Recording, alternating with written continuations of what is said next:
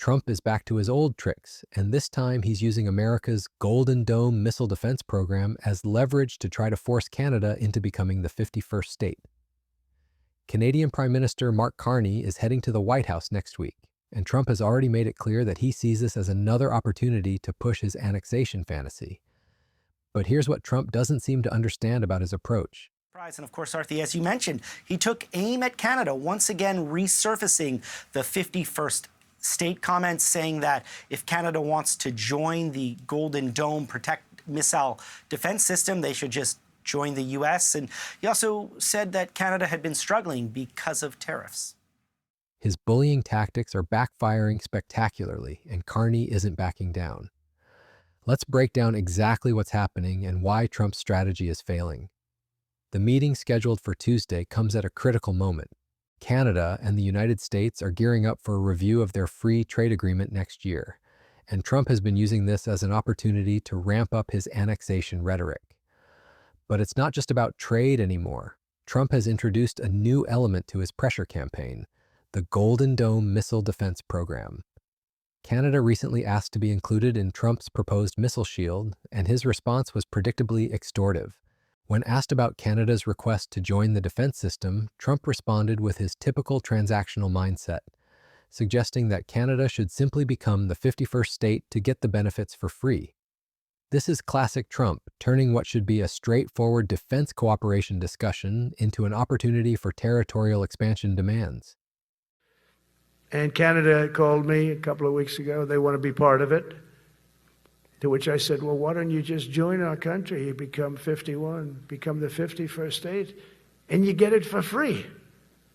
So I don't know if that made a big impact, but it does make a lot of sense. It actually makes, because they're having a hard time up there in Canada now, because as you know, with tariffs, everyone's coming into our country. We have more investment than we've ever had before, $17 trillion coming in. As an example, in 4 years, Biden didn't have $1 trillion. We have 17 trillion more than that in 8 months coming in. And they're coming in from Canada, Mexico, from Europe, from all over. AI, auto plants. Everybody's coming back to the United States. It's the kind of transactional thinking that has defined his approach to international relations, but it's also exactly the kind of behavior that helped Mark Carney win Canada's election earlier this year. To understand why Trump's tactics are so problematic, we need to look at how Mark Carney came to power. Carney won Canada's election earlier this year, and his victory was directly fueled by Trump's annexation threats and trade war. Canadian voters were fed up with Trump's bullying, and they elected someone who promised to stand up to American pressure. Trump's aggressive approach didn't weaken Canada's resolve. Instead, it strengthened it by giving Canadians a clear reason to unite against external pressure. Well, I think it's always positive to engage. Difficult, of course, in the best of circumstances. And as we've seen previously, going to the White House, no matter who you are, there's very much a sense of volatility and what mood will the Prime Minister and the President be in on that particular day. Prime Minister Carney has a big agenda item, and that is to get back to somehow normalizing relations around trade and talking about how we ensure the continuation of the USMCA. But as that clip just demonstrates, as long as this continued reference to the 51st state remains foremost in the president's mind, this is not an atmosphere that is going to make these type of negotiations easy, and it's something that absolutely enrages Canadians and isn't going to happen, by the way, actually. The numbers tell the story of just how dependent this relationship really is, but not in the way Trump thinks. More than 75% of Canada's exports go to the United States, making America Canada's most important trading partner by far. But this dependency cuts both ways in ways Trump seems to ignore. $50 to $160 billion a year by 2035. Right now, 75% of that to 85% is spent on kit from the United States of America. We can divert that. We can buy it from other places in the world, or we can commit to a continuing relationship with the United States of America. So we have a lot of tools at our disposal, and quite frankly, we can create a lot of pain points for the United States should they persist in wanting to declare economic war on us. Just in closing, how important is it for Prime Minister Mark Carney to come back from this specific trip, his second down to the White House in 6 months, with a win, something that he can present to Canadians as proof that he has gotten something done? I don't think it's important at all. Quite frankly, I think it would be a mistake to set that up as the litmus test of the trip. The fact that he's going to the White House, meeting with the president, the fact that they will once again have a chance to establish and reinforce their personal chemistry, that quite frankly is win enough. And if he can come back with some concessions in several. Canada is also America's largest source of energy imports, and the integrated supply chains between the two countries mean that Trump's tariffs are hurting American businesses and consumers just as much as Canadian ones. Canada has been trying to de-escalate the situation. The country recently dropped many of its retaliator high tariffs to match U.S. tariff exemptions for goods covered under the United States-Mexico-Canada Trade Pact, or USMCA. This was a gesture of goodwill, an attempt to show that Canada was willing to work within the existing framework. But Trump has interpreted this concession as weakness rather than an opportunity for cooperation. The timing of this meeting is particularly significant. Both Canada and the United States launched consultations last month that will inform preparations for the first joint review of the USMCA Trade Pact. This review, scheduled for 2026, represents a crucial opportunity to reset the relationship. But instead of approaching these discussions as partners working toward mutual benefit, Trump is treating them as an opportunity to extract concessions through threats and intimidation. Carney's office has been clear about what this meeting is supposed to accomplish. In their statement, they said the Prime Minister's working visit will focus on shared priorities in a new economic and security relationship between Canada and the U.S. Notice the language here. They're talking about a new relationship, not a continuation of the old one. This reflects the reality that Trump's approach has fundamentally damaged the trust that once existed between these two allies. But Trump's obsession with the 51st state idea reveals something deeper about his worldview. He genuinely seems to believe that other countries want to be absorbed into the United States, and he can't understand why they would resist. This isn't just about Canada. It's about Trump's fundamental misunderstanding of how sovereignty and national identity work. Countries don't just give up their independence because another country offers them economic benefits. Robert Bothwell, a professor of Canadian history and international relations at the University of Toronto, has characterized Trump's approach perfectly. Trump is back on the 51st state theme, and he is somebody whose modus operandi is extortion. This isn't diplomacy, it's a protection racket. Trump is essentially telling Canada that they can have access to American defense systems, but only if they give up their sovereignty. The political risks for Carney are significant, but they're not what you might expect. Daniel Bailon, a political science professor at McGill University in Montreal, identifies two key concerns. First, there's the risk that Trump raises the 51st state issue again and seeks to publicly embarrass Carney during the visit. Second, there's the domestic political risk that no apparent progress on trade is made, which would give conservative opponents ammunition to claim that Carney is failing to address the ongoing trade war. But here's what makes this situation different from previous U.S.-Canada disputes. Carney has already proven that he can stand up to Trump and win. During their last meeting at the White House in May, Carney privately asked Trump to stop calling Canada the 51st state. The fact that Trump is back to this rhetoric shows that he either didn't take Carney seriously or doesn't care about Canadian concerns. Either way, it's a miscalculation. The USMCA review process gives Canada significant leverage that Trump seems to underestimate. The agreement is up for review in 2026, and Canada has been preparing for this moment. Carney has described the USMCA as providing a unique advantage for Canada at a time when it's clear that the U.S. is charging for access to its market. The commitment of the U.S. to the core provisions of USMCA means that over 85% of Canada-U.S. trade relationships are protected by treaty obligations. Trump's approach is also creating unintended consequences for American interests.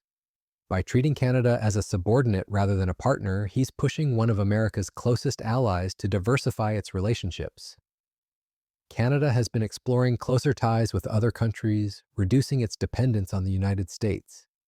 This is exactly the opposite of what Trump claims to want. He's actually weakening American influence by trying to assert it so aggressively. The Golden Dome missile defense issue perfectly illustrates Trump's transactional mindset and why it's failing.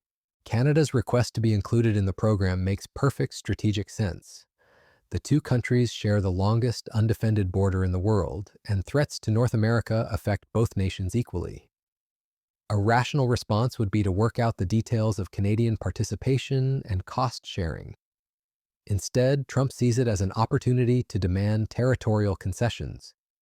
This approach reveals a fundamental misunderstanding of how alliances work. Effective defense cooperation requires trust and mutual respect. You can't build a reliable partnership with a country while simultaneously threatening to absorb it. Trump's demands undermine the very foundation of the cooperation he claims to want. The broader context here is that Trump's trade war with Canada has been a disaster for both countries, but particularly for American consumers and businesses. The tariffs have increased costs for American manufacturers who rely on Canadian materials and energy. They've reduced cross-border tourism, hurting American businesses in border states. And they've created uncertainty that has discouraged investment and economic growth. Carney understands this dynamic, which is why he's been able to maintain a position of strength despite Canada's smaller economy. He knows that Trump's policies are ultimately unsustainable because they're hurting American interests as much as Canadian ones. The question is whether Trump is willing to acknowledge this reality or whether he'll continue to double down on failed policies. The upcoming meeting will be a test of both leaders' political skills. Carney needs to show Canadian voters that he can stand up to Trump without completely destroying the relationship. Trump needs to show his base that he's tough on trade while somehow achieving actual progress on issues that matter to American businesses and workers. But Trump's track record suggests that he's more interested in the appearance of toughness than in actual results. His continued focus on the 51st state idea shows that he's not serious about finding practical solutions to real problems. Instead, he's using Canada as a prop in his domestic political theater. The irony is that Trump's approach is actually strengthening Canadian resolve and unity. By presenting himself as a threat to Canadian sovereignty, he's given Canadians a clear reason to support leaders who will resist American pressure. Carney's election victory was directly tied to his promise to stand up to Trump, and continued American bullying will only reinforce his political position. This dynamic has implications far beyond Canada. Other American allies are watching to see how this relationship plays out. If Trump can successfully bully Canada into major concessions, other countries will know they're next. But if Canada successfully resists American pressure while maintaining important economic and security ties, it provides a model for how other middle powers can deal with Trump's demands. The defense cooperation issue is particularly important because it shows how Trump's transactional approach undermines America's long-term strategic interests. North American defense is inherently a shared responsibility. Canada and the United States face common threats and have complementary capabilities. Effective cooperation requires treating Canada as a partner, not as a potential acquisition. Trump's Golden Dome proposal, whatever its technical merits, becomes much less effective if it's presented as part of a package deal that includes Canadian territorial concessions. No country is going to give up its sovereignty for access to a defense system, no matter how advanced. By linking these issues, Trump is making it harder to achieve cooperation on defense, while also making his annexation demands look even more unreasonable. The trade review process that's driving this meeting represents both an opportunity and a risk. On one hand, it's a chance to address legitimate concerns about trade imbalances and economic integration. On the other hand, Trump's approach suggests that he sees it as an opportunity to extract maximum concessions rather than to find mutually beneficial solutions. Carney's strategy appears to be to separate the reasonable issues from the unreasonable demands. Canada is willing to discuss trade, defense cooperation, and economic integration, but they're not willing to discuss giving up their sovereignty. By drawing this clear line, Carney forces Trump to choose between practical progress on real issues and continued grandstanding on impossible demands. the political pressures on both leaders make this a particularly challenging moment. Carney needs to show progress on trade issues to satisfy Canadian businesses and workers who are being hurt by the ongoing disputes. But he also needs to demonstrate that he won't be pushed around by American threats. Trump needs to show his base that he's being tough on trade while somehow achieving results that benefit American workers and businesses. The problem is that Trump's maximalist approach makes it hard to achieve practical progress. By demanding everything, he's likely to get nothing. Countries don't respond well to ultimatums, especially when those ultimatums involve giving up fundamental aspects of their independence and identity. As we watch this meeting unfold, the key question will be whether Trump is willing to separate his political theater from serious policy discussions. Can he work with Carney on practical issues like trade and defense while setting aside his annexation fantasies? Or will he continue to treat Canada as a prop in his domestic political performance? The stakes couldn't be higher. The U.S.-Canada relationship is one of the most important bilateral relationships in the world. These two countries share not just a border, but deeply integrated economies, common security challenges, and similar values. Trump's approach threatens to damage a partnership that has benefited both nations for decades. Carney's challenge is to find a way to work with Trump on issues where cooperation is possible, while firmly rejecting demands that no Canadian leader could ever accept. It's a delicate balance, but his election victory suggests that Canadian voters trust him to navigate these challenges effectively. The Golden Dome issue will be a perfect test case. Can these two leaders find a way to cooperate on North American defense without Trump's territorial demands getting in the way? Or will Trump's extortionist approach sabotage what should be a straightforward discussion about shared security interests? One thing is certain, Trump's strategy of using American leverage to demand territorial concessions isn't working.